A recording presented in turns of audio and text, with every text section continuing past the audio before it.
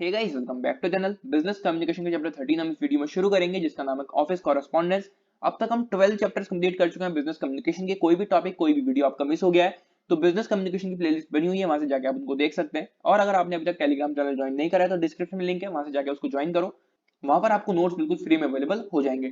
तो जल्दी से पेन और कॉपी लेके बैठ जाओ, खुद के नोट्स बनाना शुरू कर दो, पढ़ना और समझना शुरू कर दो सबसे पहले टॉपिक के साथ, जिसका नाम है मीनिंग ऑफ ऑफिशियल लेटर। तो बेसिकली ऑफिशियल लेटर्स वो लेटर्स होते हैं जो गवर्नमेंट ऑफिशियल्स इशू करती हैं। अब वो खुद को भी इशू कर सकते हैं, जनरल पब्लिक को इशू कर सकते हैं, फर्म्स को, ऑर्गेनाइजेशन को वो इशू कर सकते हैं। लेकिन वो जो भी एक्टिविटीज वहां हो रही होंगी, जिन भी एक्टिविटीज के लिए वो लेटर इशू हो रहा होगा, वो फॉर्मल गवर्नमेंट वर्क होना चाहिए। ठीक है, गवर्नमेंट वर्क होगा तभी वो लेटर मान्य होगा और उसी को वो लेटर इशू किया भी जाएगा। अब आपके दिमाग में एक क्वेश्चन आएगा कि जो गवर्नमेंट है वो गवर्नमेंट को कैसे कोई लेटर इशू कर रही है। जैसे एक बिजनेस के अंदर सुपीरियर अपने सबऑर्डिनेट्स को रूल्स और रेगुलेशन समझाते हैं, उसी तरह से एक सेंट्रल गवर्नमेंट जो कि एक टॉप लेवल गवर्नमेंट है, वो लोअर लेवल यानी कि स्टेट लेवल गवर्नमेंट को, या फिर नीचे और भी कोई गवर्नमेंट है, पार्टीज है, या फिर कोई भी एक्टिविटीज हो रही है, उनके लिए रूल्स और रेगुलेशंस इशू कर सकती है। राइट, थोड़ा सा इसको पढ़ते हुए चलते हैं। Official letters refers to the correspondence that the government officials undertake among themselves और the letters issued by them to the general public. Among themselves यानी कि जो गवर्नमेंट है वो गवर्नमेंट के लिए ही कोई लेटर इशू कर सकती है, या फिर जनरल पब्लिक के लिए, फर्म्स के लिए, ऑर्गेनाइजेशंस के लिए, related to the formal government work. जो भी काम होगा वो गवर्नमेंट वर्क होना चाहिए, उनके लिए वो लेटर इशू होगा सबसे पहली चीज। फिर है जनरल पब्लिक। जनरल पब्लिक यानी कि वो सारे लोग जो एक पर्टिकुलर एरिया में या फिर पर्टिकुलर कंट्री में रहते हैं। फर्म्स हो गई, ऑर्गेनाइजेशंस होती हैं, लेकिन ये लेटर उन्हीं के लिए इशू होगा जो गवर्नमेंट एक्टिविटी में इन्वॉल्व होंगे या फिर किसी गवर्नमेंट वर्क में इन्वॉल्व होंगे। राइट, नेक्स्ट है official letters aim at getting the work done as per the government rules regulation. जो ये ऑफिशियल लेटर है, इसका जो एम होता है वो ये होता है कि जो भी रूल्स या फिर रेगुलेशंस गवर्नमेंट ने सेट करी हैं उसके अकॉर्डिंग ही सारे काम होने चाहिए। जो भी काम हो रहा है, जो भी एक्टिविटीज हो रही है, उन रूल्स और रेगुलेशंस के अकॉर्डिंग ही होनी चाहिए जो गवर्नमेंट ने सेट करी है। This correspondence is between the employees of central and state government. और ये जो हमारा कॉरेस्पॉन्डेंस होगा, जो ये लेटर लिखा गया, ये किसके बीच में होगा? जो सेंट्रल गवर्नमेंट होगी उसके जो एम्प्लॉइज होंगे उनके, और स्टेट गवर्नमेंट के एम्प्लॉइज के बीच में। राइट, नेक्स्ट है this letter is written in the form of note और एज अ गवर्नमेंट ऑर्डर। ये जो लेटर लिखा जाता है ऑफिशियल लेटर, ये एक नोट के तरह लिखा जाता है। जैसे कोई नोट लिखते हैं ना किसी को, ठीक है, अपने किसी फ्रेंड को हम कोई नोट लिख रहे हैं, उस तरह से लिखा जाता है। और एक कह सकते हैं गवर्नमेंट ऑर्डर की, सरकार की तरफ से एक ऑर्डर आया है, इस तरह से ये लेटर लिखा जाता है। Originality and personal relations have no meaning in this type of letter.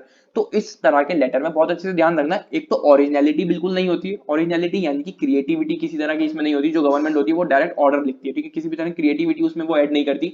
बहुत इंडिपेंडेंटली वो नहीं सोचती किसी चीज के बारे में। बस अगर उसको कोई प्रॉब्लम दिख रही है तो उस प्रॉब्लम को सॉल्व करने के लिए बिल्कुल सीधे सीधे शब्दों में वो चीज वहां पर लिख देगी। ठीक है, तो ओरिजिनलिटी उसमें बिल्कुल नहीं होती और पर्सनल रिलेशंस इसमें नहीं होते। गवर्नमेंट अपना काम करेगी, अगर उसको कुछ गलत लगेगा, गलत है तो है, उसको सही करो, वो तुम्हारे से रिश्तेदारी नहीं निकालेगी उस लेटर के थ्रू। तो ओरिजिनलिटी इसमें बिल्कुल नहीं होती और पर्सनल रिलेशंस इसमें बिल्कुल भी नहीं होते, जो हमारा ऑफिशियल लेटर होता है उसमें। राइट, आगे है the language used in these letters दो रेस्पेक्टफुल। जो लैंग्वेज इन लेटर्स में यूज होती है वो बहुत रेस्पेक्टफुल लैंग्वेज होती है, किसी तरह का गलत शब्द वो इस्तेमाल नहीं करते, कुछ गलत बातें उसमें वो नहीं लिखते। Is usually dry and impersonal. जो लैंग्वेज वहां यूज होगी वो ड्राई होगी, बहुत इम्पर्सनल होगी। Such letters are written in a fixed and customary style. Customary style यानी कि एक कॉमन लैंग्वेज उसमें यूज होगी, जैसे कॉमनली सारे लेटर्स, सारे नोट्स लिखे जाते हैं, उसी तरह से उसी स्टाइल में वो ऑफिशियल लेटर भी लिखा जाता है। जो भी प्रॉब्लम गवर्नमेंट को दिख रही होगी, उस प्रॉब्लम को हटाने के लिए वो कुछ रूल्स और रेगुलेशंस लाएगी उस ऑफिशियल लेटर के थ्रू। ठीक है, आगे बढ़ते हैं अगले टॉपिक की तरफ, जो कि हमारा importance of an official letter. Official letter क्या होता है वो आप समझ चुके हैं। अब बात करते हैं क्या क्या इसकी इंपॉर्टेंस होती है ऑफिशियल लेटर की। तो अगर आसान शब्दों में समझे तो ऑफिशियल लेटर सेंट्रल गवर्नमेंट और स्टेट गवर्नमेंट की एक्टिविटीज में कोऑर्डिनेशन को एस्टैब्लिश करता है, और जो भी लोग इन कामों को कर रहे हैं, जो भी गवर्नमेंट एक्टिविटीज कर रहे हैं, गवर्नमेंट वर्क कर रहे हैं, उनको गाइडेंस प्रोवाइड करता है। गाइडेंस कैसे मिलती है वो हमने थोड़ी देर पहले जाना। जो गवर्नमेंट होती है वो अपने रूल्स और रेगुलेशंस उस ऑफिशियल लेटर के थ्रू एम्प्लॉयज तक पहुंचाते हैं, एम्प्लॉयज को वो कंट्रोल करते हैं, उनकी जो भी एक्टिविटीज होती है उनको वो मैनेज करते हैं।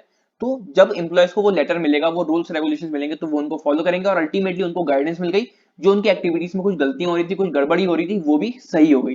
तो ये कुछ इंपॉर्टेंस होती है ऑफिशियल लेटर की, जो कि आप अपने एग्जाम में लिख सकते हो। वैसे आपसे ज्यादा पूछा भी नहीं जाएगा, आपसे सिर्फ इतना पूछा जाएगा एग्जाम में कि ऑफिशियल लेटर से आप क्या समझते हैं, और उसके साथ थोड़ा सा वो ऐड कर देंगे क्या इसकी इंपॉर्टेंस होती है। तो ये दो इंपॉर्टेंस आप अगर लिख दोगे तो वो सफिशिएंट होगा उस ऑफिशियल लेटर के मीनिंग के साथ। राइट, बाकी जो चीजें आपको स्क्रीन पर दिख रही है वो रीडिंग और आपके अंडरस्टैंडिंग के लिए, तो एक बार इनको रीड करते हैं। There is a growing interference of the government in every field these days. आज के समय की अगर हम बात करें तो हर एक फील्ड में, लगभग हर एक फील्ड में गवर्नमेंट का इंटरफेरेंस है। चाहे वो कोई प्राइवेट सेक्टर वाला बिजनेस ही क्यों ना हो, वहां पर भी गवर्नमेंट इंटरफेयर करती है कि जो वो प्राइवेट बिजनेस है वो कोई ऐसी एक्टिविटी तो नहीं कर रहा है जो पब्लिक को हार्म पहुंचा रही हो, पब्लिक को नुकसान पहुंचा रही हो।